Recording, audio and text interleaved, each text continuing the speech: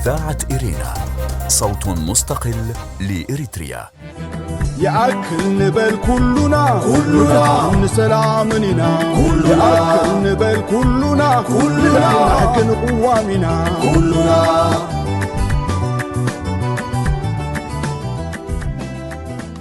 ازي دمتي عالم لخاو من قصاصي أكل إرتراويانيو ازي مدب ازي بحاليوت عالم لخاو من قصاصي أكل إرتراويان أبراري إرناز محلالف سمناوي مدبيو عالم لخاو من قصاصي أكل إرتراويان أب إرترال علنا حقي يخنقسن بقوامة محادر هاجر كفترن زبقالس حزباوي من قصاصيو مدبات عالم لخاو من قصاصي أكل أب سومن حدا جيزي براديو تلفزيونن بزتفلاليو محبراو مرخبيتاتن يفنو يأكل نبل كلنا نسلامنا يأكل نبل كلنا نحكن قوامنا نحكن قوامنا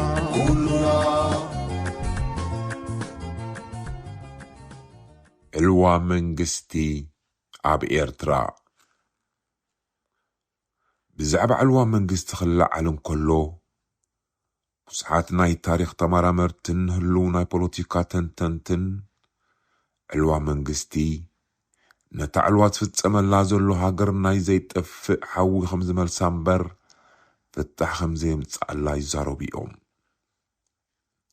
يخون مبر أبستفلالي واناتن أبستفلالي هاجراتن ات منجستي ناي معلاو زمتي أختيمي يخبها لزك على يكونن فلا يبها قرى أفريقيا دارقا عمتاو زرقة ترئيو يتسنحو بمسرة بايتو سلام نتسطان حبرة أفريقيا اتتنك علوا منجستي قلتات محدرة رأس فتوات مرحتي قوقي محدرة بزحناتن قوقي محدرة عدلاتن مقلال حبرة سبن مقحسب أو مسلاتن سعرت مرجع زي مقبال مبراز وي مسراز قوام منجستي نتسأبي برابحان بالشونان تراي متقاميو لذي إذ تنكز خاب كوني الوا منجست مقبار عبيت صقو مزبل حتو خزلع لخاء بزحات يوم عب تاريخ عالمنا خم ترأي هاجر زهنس منجست اللو هاجر زبرس منجست خالو لذي هاجر زبرس منجستي زلكما خيلكما كاب سلطان مقلاي انتايو أبسو عب كبابنا تراي انت تملكتنا دارقا خلن قربا بتنا هاجرات عوتن زي عوتن علوا منجست ترأي لنا هاجرات ين تستخايد علوا منجستي قلي بأون تاوي قلي دما بألو تاو بوليتيكاو معملتاتي تزازيمو هاجر السودان بعسر شمون تفتناتات علوا أبا أفريقيا قدام منت حيزات ركب هاجريا قابزي أتوم شدشت رأي معوتات من بارم كأ مزاقبتي تاريخ السودان يقلتو عندت أنك نايت من العال بوسخ واقع حبستن قالوات هالغتن أقوحون زمخنا وقوان تخوني سروقون بوليتيكاويو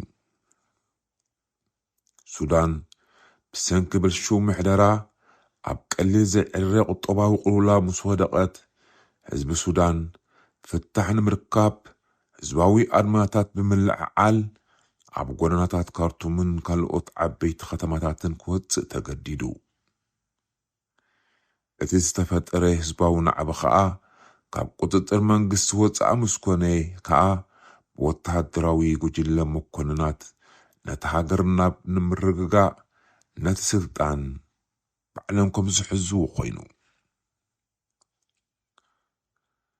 اتي بشدشتا ميازيا شحن جعتا 285 قبل على بريزيدنت جعفر النميري استخايد علوا خاء حالي خابتم عوتات فتنتات علوا منقستو بهايلو زوعيو اتي بمنستر مكلخال وان عزاز سراويتن زنبري جنرال عبد الرحمن سوار الدهاب ዝተመርሐ ዕልዋ መንግስቲ ንግዚኡ ሱዳን ከም እትረጋጋእ ገይሩዋ እዩ። ሶወር አልዳሃብ ውሽጢ ሓደ ዓመት ስልጣን ናብ ህዝቢ ኸረክብ ምዃኑ ስልጣን ሕዝቢ ሰበለ እዩ ተመባፂዑ። ዓለም ድማ ንትግባሬ መብፅዑኡ ብሃንቀውታ እያ ተጸቢያ። ሶወር አልዳሃብ ግን ከምቲ ኩሉ ግዜ ኣብ ሱዳን ዝርአ መብፅዑኡ ክጠልም ኣይመረፀን። ኣብቲ ዝወሰኖ ናይ ዓመት ግዜ ስልጣን ነቲ ህዝቢ ዝመረፆ ኣካል ረኪቡ ካብ ስልጣን ተኣልዩ። ኣብቲ ተገበረ ህዝባዊ ምርጫ ሰልፊ ኡማ ተዓዊቱ መራሒኡ ዝነበረ ሳድቅ አልሃድ ድማ ቀዳማይ ሚኒስተር ኮይኑ ተመሪፁ። ይኹን እምበር ዕጡቕ ሓይሊ ሱዳን ብ30 ሰነ 1989 አንጻር እቲ ብዲሞክራሲያዊ ኣገባብ ተመርፀ መንግስቲ ቀዳማይ ሚኒስተር ሳድቅ አልማህዲ ፕሬዝደንት ኣሕመድ አልሚርጋንን ዳግማይ ዕልዋ መንግስቲ ፈጺሙ። ነዚ ዕልዋ ዝመርሑን ስልጣን ዝጨበጠን እቲ ን30 ዓመታት ኣብ ስልጣን ዝጸንሐ ጀነራል ዑመር አልበሽር ነይሩ። አልበሽር ክሳብ 2019 ብህዝባውን ዓብይ ዝእለን ንሱዳን መሪሕዋ። እቲ ብድሕሪኡ ዝቐጸለ ህልው ኩነታት እዚ ሕጂ ኣብ ሱዳን ተኸሲቱ ዘሎ እዩ። እቲ ኣብ መንጎ ክልተ ጀነራላት ሱዳን አልቡርሃንን መቐናቕንቱ ጀነራል ሒሜትን ዝካየድ ዘሎ ግጭት ክብእስን ክዓኑን እምበር ክሃዲ ኣይተረኣየን።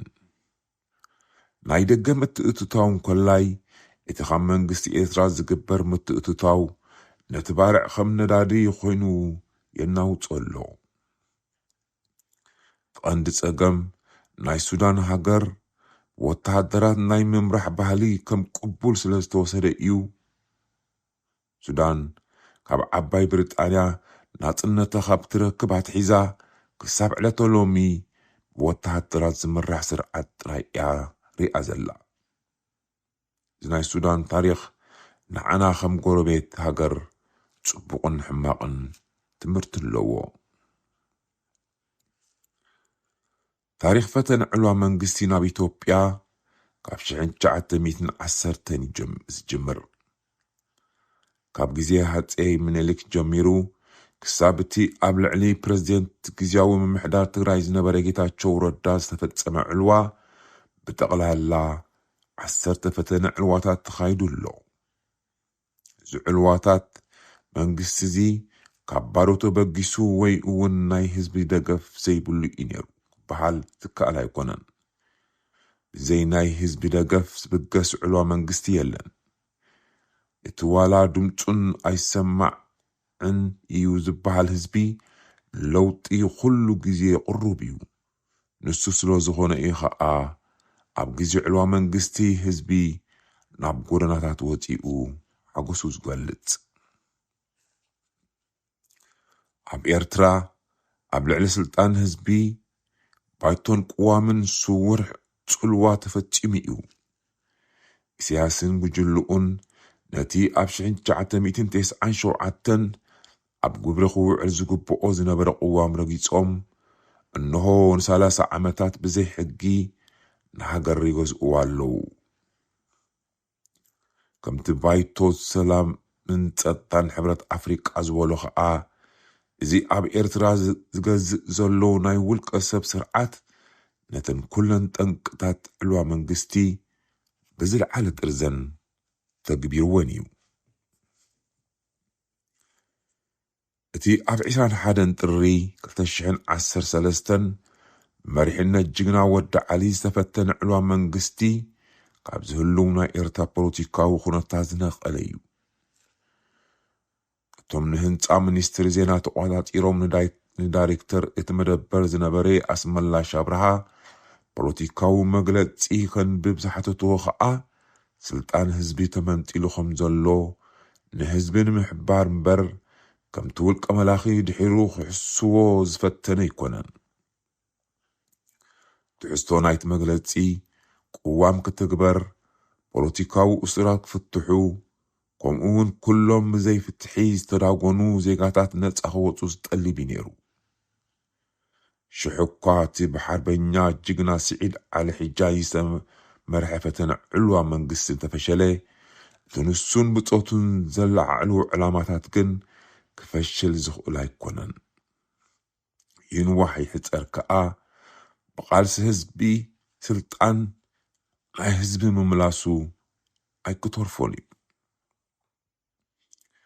እዚ ኣብ ኤርትራ ዘሎ ውልቂ መላኽን ገባት ስርዓቱን ስልጣን ናብ ህዝቢ ከረክቡ እዮም ኢሉ ዝፅበ ሰብ እንተደኣ ሃልዩ ደረቱ ዝሓለፈ የዋህነት ጥራይ እዩ።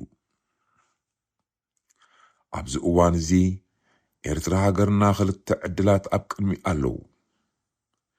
እቲ 34 ዓመታት ስልጣን ህዝቢ ጨውዩ ንኤርትራ ሃገርና ኣብ ዘይጠፍእ ሓዊ ክትልብለብ ለይትን መዓልትን ዝሰርሕ ዘሎ ውልቃዊ መላኺ ዘይወዓል ሕደር ኣሊኻ ምስ ዓለምን ጎረባትን ተሳንዐ ትኸይድ ሃገር ምፍጣር ወይ ድማ ዕድል ህዝቢ ኤርትራ ኣብ ሕቑፊ ሓደ ውልቂ መላኺ ደርቢኻ እታ ብክንደይ መስዋዕቲ ዝመፀት ሃገር ናብቲ ዘይተርፍ ሓደጋ ምውሳድ እዩ። ኣብ ውሽጥን ኣብ ደገን ዘለና ኤርትራውያን ኤርትራ ከይትርኹመሽ ወይ ከይትበታተን እምበር ኢትዮጵያ ከይትበታተን ክንስዋዕ ምርጫና ኣይኮነን። ሃገርና ናይ ምድሓን ሕቶ ኣብ እንግዳዓ ኩሉ በዓል ሕልና ዝፀንሐ እኳ እንተኾነ ኣብዚ እዋን እዚ ግን ኣብቶም ንሃገር ከውሕሱ ዝኽእሉ ኣባላት ሰራዊት ኤርትራ ህዝቢ ኤርትራ እዩ።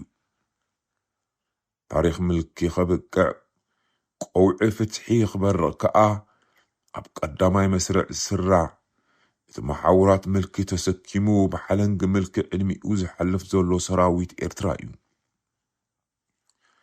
ከም ኩሉ ግዜ ከዓ እቲ ሰላም ፀሚኡ ሎምዶ ፅባሕ ይወግሕ ኢሉ ዝፅበ ዘሎ ህዝቢ ኤርትራ ኣብ ጎኒ ሰራዊት ከም ዝኸውን ታሪክ ዓለምና ዘረጋገፆ ፅሩይ ሓቂ እዩ። ዓለም ለኻዊ ምንቅስቃስ ይኣክል ኤርትራውያን ህዝባውነትን ፅምዱ ሓደ ፀላኢ يأكل نبل كلنا نسلامنا يأكل نبل كلنا نحكي قوامنا